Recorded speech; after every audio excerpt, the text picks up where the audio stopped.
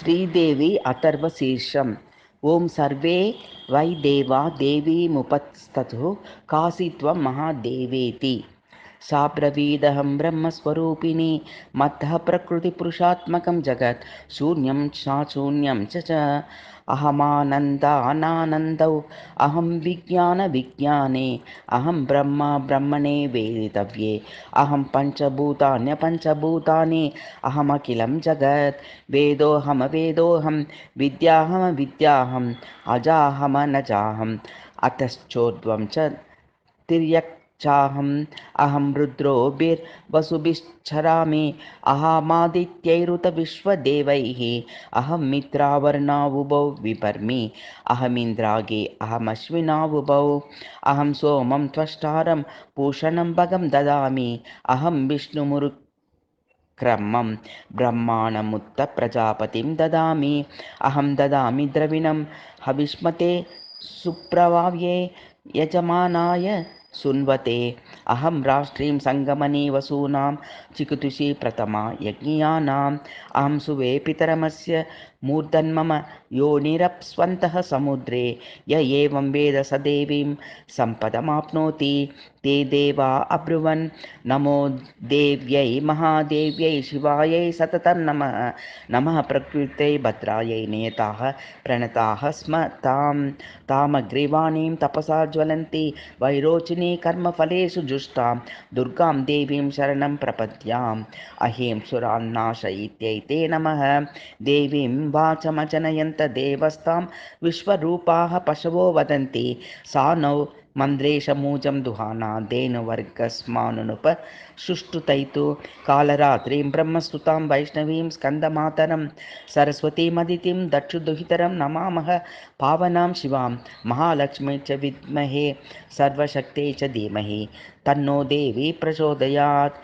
अतिथिर्ह्यजनिष्ठदक्षया दुहिता तव तां देवा अन्वजायन्त भद्रा अमृतबन्धवः कामो योनिः कमला वज्रपाणि गृहाः सा मातरिश्वा भ्रमित्रः पुनर्गृहा सकला माया च स पुनर्चैषा विश्वमातादिविद्योम् एकाश्मशक्तिः एषा विश्वमोहिनी पाशाङ्कशधुनर्बाणधरा एषा श्रीमहाविद्या य एवं वेदसशोकं तरति नमस्ते अस्तु भगवती मातरस्मान् पाहि सर्वतः शेषाष्टौ वसवः शेषैकादशः रुद्राः सैषा द्वादशादित्याः सैषा विश्वे देवाः सोमपा असोमापश्च सैषा यातु धना असुरा रक्षांसि पिशाचा यच्छा सिद्धाः सैषा सत्वरजस्तमांसि सैषा ब्रह्म विष्णुरुद्ररूपिणी सैषा प्रजापतीन्द्रमानवः सैषा ग्रहणचत्रज्योतिष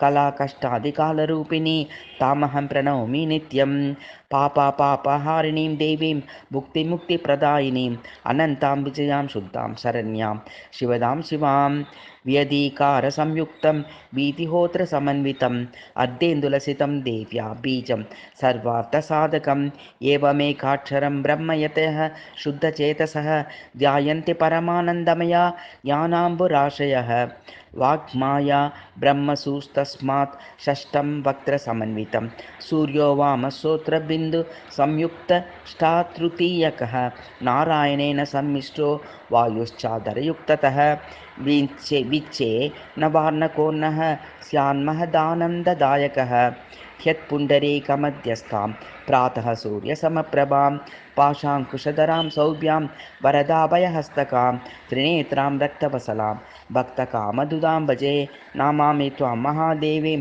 महाभयविनाशिनीं महादुर्गप्रशमनीं महाकारुण्यरूपिणीं यस्याः स्वरूपं ब्रह्मादयो न जानन्ति तस्मादुच्यते अज्ञेया यस्या अन्तो न लभ्यते तस्मादुच्यते अनन्ता यस्या लक्ष्यं नोपलक्ष्यते तस्मादुच्यते अलक्ष्या यस्या जननं नोपलभ्यते तस्मादुच्यते अजा एकैव सर्वत्र वर्तते तस्मादुच्यते एका एकैव विश्वरूपिणी तस्मादुच्यते नैका अत एवोच्यते अज्ञेयानन्तलक्ष्या जैका नैकेति मन्त्राणां मातृका देवी शब्दानां ज्ञानरूपिणी ज्ञानानां चिन्मयातीत शून्यानां शून्यसाक्षिणी तारिणी यस्याः परतरं नास्ति सैषा दुर्गा प्रकीर्तिता। तां दुर्गां दुर्गमां देवीं दुराचारविधातिनीं नमामि भवभीतोऽहं संसारार्णवतारिणीम्। इदमर्थर्वशीर्षं योदीते स पंच अथर्वशीर्षं जपफलम् आप्नोति। इदम् अथर्वशीर्षम् अज्ञात्वा योर्चां स्थापयति शतलक्षं प्रजप्त्वापि सोचासिद्धिं न विन्दति। शतमष्टोत्तरं चास्य पुरश्चार्यविधिः स्मृतः दशवारं पठेद्यस्तु सद्य पापै प्रमुच्यते।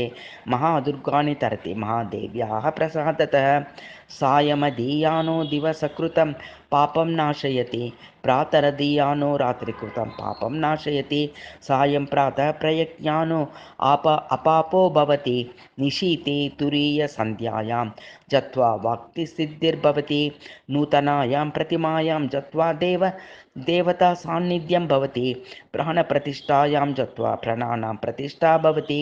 श्रीमाश्रिण्यां महादेवी सन्निधौ जत्वा महामृत्युं तरति स महामृत्युं तरति य एवं वेद इति उपनिषद इति देवी अथर्वशीर्षम्।